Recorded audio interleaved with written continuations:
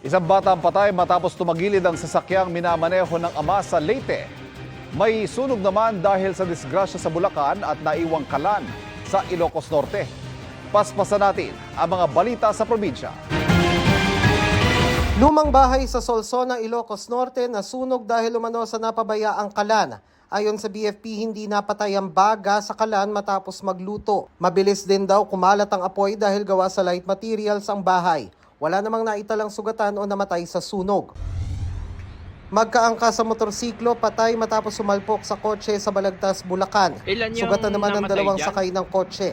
Ayon sa pulisya, nag-counterflow ang kotse kaya bumangga sa motorsiklo. Sumalpok pa ang kotse sa isang stall saka tumagilid at nagliyab. Patuloy ang investigasyon.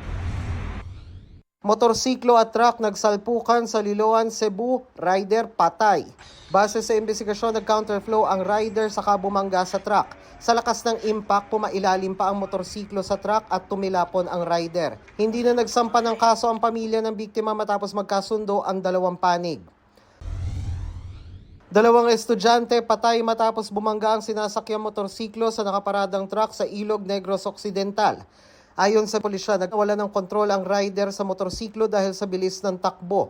Doon na sila bumangga sa likurang bahagi ng truck na may kargang tubo.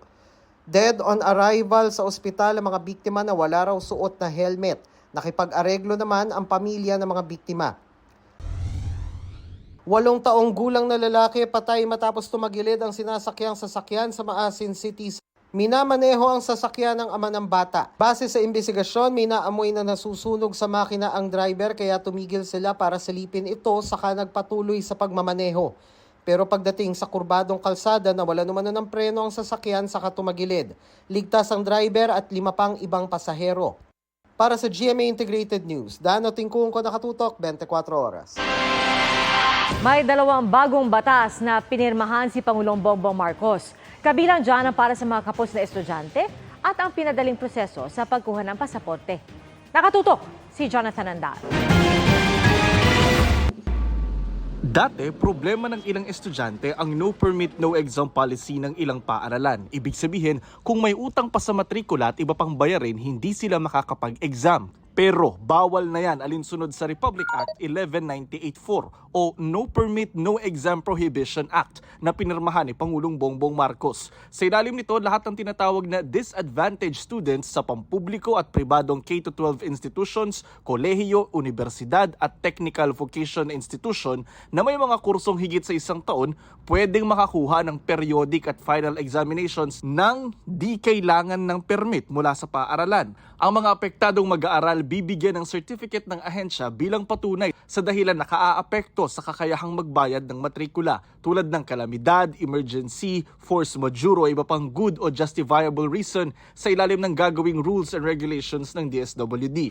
DSWD rin ang inatasang tumukoy sa mga mag-aaral na may tuturing na disadvantaged. Pinapayagan naman ang mga paaralan na manghingi ng promissory note mula sa estudyante. Maaari rin nilang i-hold ang mga dokumento o record ng mag-aaral at gumawa ng mga legal at administratibong hakbang para sa paniningil ng bayarin. Maaaring patawa ng administrative case ng DepEd, CHED o TESDA ang mga paaralang lalabag.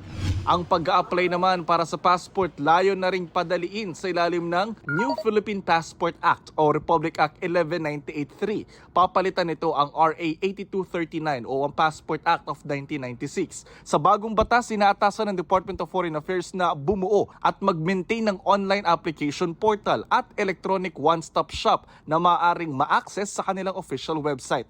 Papayagan na rin ng DFA na magbigay ng off-site at mobile passport services sa ibang lugar bukod sa kanilang consular offices at foreign service posts. Mas naghigpit din sa parusa ang batas sa mga iligal na kukumpiska o hahawak ng passport ng iba. Pwedeng makulong ng hanggang 12 taon o pagmultahin ng 1 hanggang 2 milyong piso. Ang parusa sa mga mamimeke o sa mali ang paggamit ng pasaporte, 6 hanggang 15 taon ang kulong at mula 100 hanggang 250,000 piso ang multa.